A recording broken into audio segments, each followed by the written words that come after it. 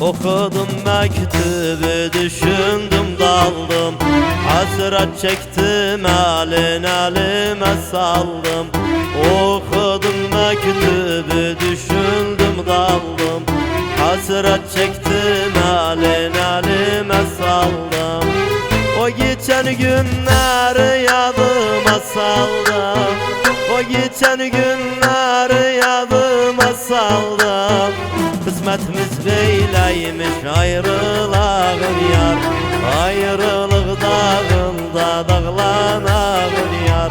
Kısmetimiz böyleymiş, ayrılağın yar. Ayrılık dağında dağlanağın yar. Ahli Şaban.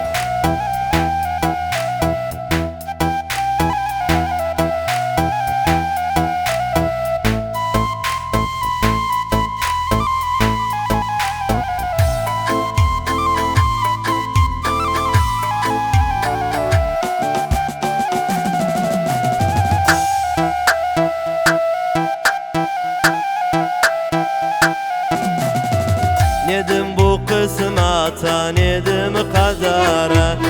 Ayrılık kara yazılıp deftere. Nedim bu kısmete, nedim kadere.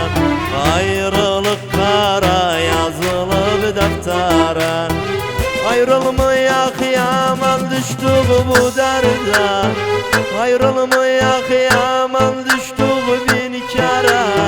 Kısmetimiz böyleymiş, ayrılağın yar.